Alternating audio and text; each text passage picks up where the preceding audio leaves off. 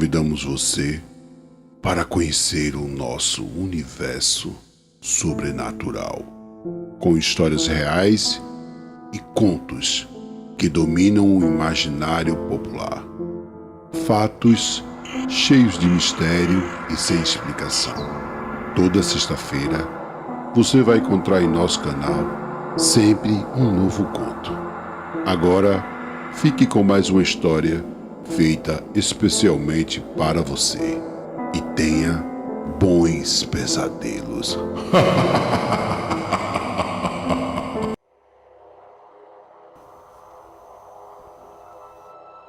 A liberdade não se resume a um espaço físico, onde podemos ter o direito de ir e vir, ou até mesmo dispor as nossas opiniões. Porém, vai muito além do que imaginamos, superando a nossa realidade, revelando um mundo paralelo, aonde o seu algoz não tem acesso. Por mais que tente, ele jamais poderá invadir o universo idealizado por aqueles que anseiam o verdadeiro desejo de ser livre. Hoje, conheceremos a história de um jovem escravo que viveu a crueldade de seu senhor na época colonial do Brasil, onde pessoas eram tratadas de formas subhumanas, onde muitas vezes um animal tinha um valor superior a um ser humano. José Rubens era um barão do café que viveu na região sudeste do Brasil. A sua fazenda tinha uma enorme extensão de terra, aonde a mão de obra era formada por escravos que trabalhavam na lavoura e nos serviços da casa grande, e também nas vendas de grãos nas cidades próximas à sua fazenda. O seu capataz era conhecido por Tenório e dominava com braço forte os escravos, onde castigava com crueldade os que faziam corpo mole ou se manifestasse contrário ao sistema.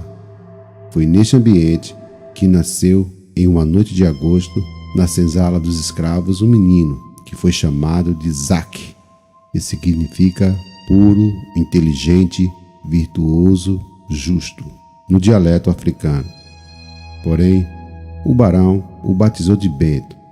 Ele cresceu na casa grande, atendendo às necessidades dos filhos e da esposa do barão.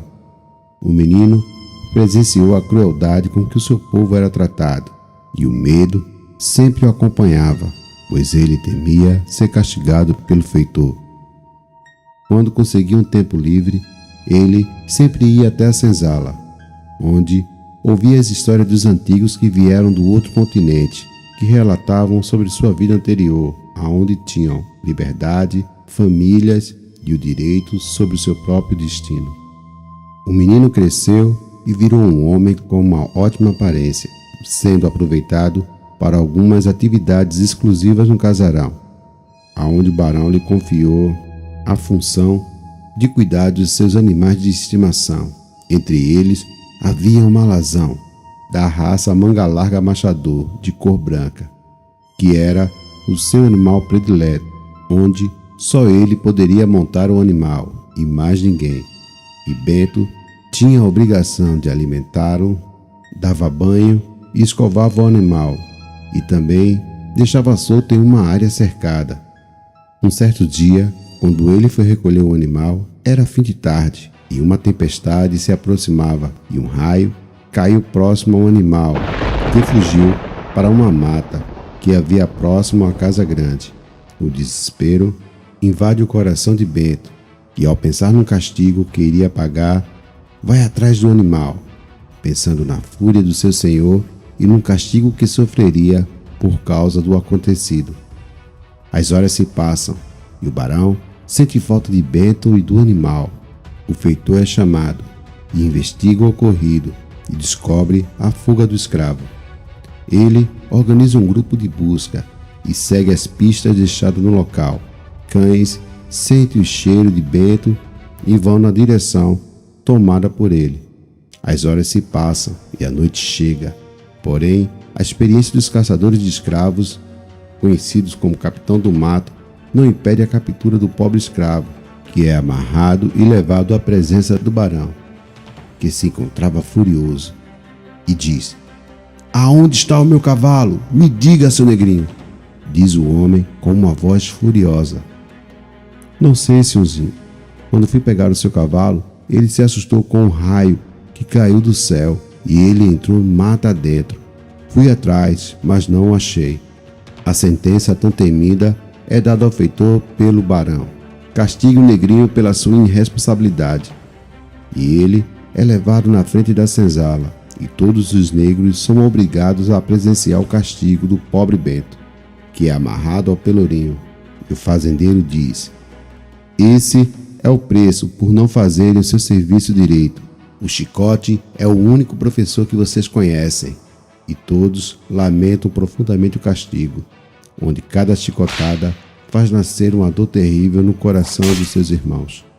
Pobre Bento é terrivelmente castigado por quase meia hora, e ele perde os sentidos e o seu corpo desfalece sobre o pelourinho, sustentado pelas mãos presas em correntes sobre a base superior do tronco que o prendia.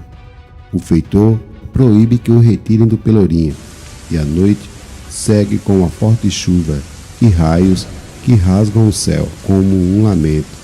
E nos primeiros raios de sol, o seu pai vai até o pelourinho e confirma o corpo do jovem negro sem vida.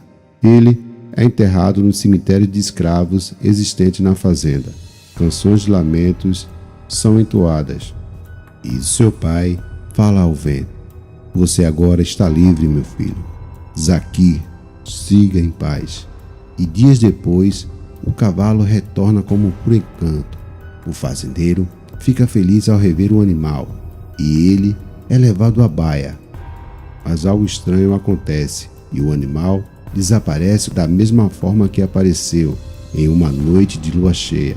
O barão, enfurecido, vai até o local, porém, tudo estava no seu lugar, e subitamente, um relinchar de cavalo é escutado sobre o monte que havia próximo à casa, e o barão testemunha uma imagem inacreditável. Bento estava montado sobre o alazão, e o brilho da lua envolvia o seu corpo. E o barão, assustado, vê o corpo de Bento e do cavalo se tornando em chamas. Porém, só ele conseguia enxergar a estranha visão que vem em sua direção, e o medo toma conta do homem que desfalece. Horas depois, ele desperta em sua cama, relata o ocorrido à sua esposa, que fica impressionada, porém, muitos não acreditaram na sua história. Algum tempo depois, ele é acometido de uma enfermidade, e o barão é levado aos médicos, e nenhum deles consegue encontrar a causa da sua doença. Ele vai desfiando dia após dia, e é assombrado pela presença de Bento, que sempre o visitava todas as noites, que lhe dizia: agora sou livre.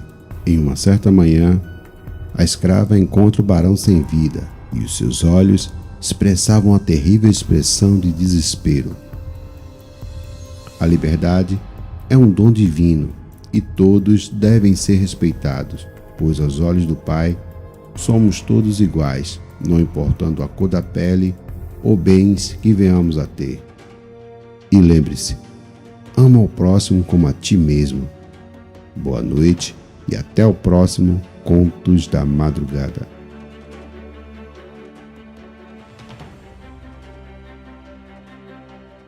Se você gostou do nosso conteúdo, então curta, compartilhe e se inscreva no nosso canal.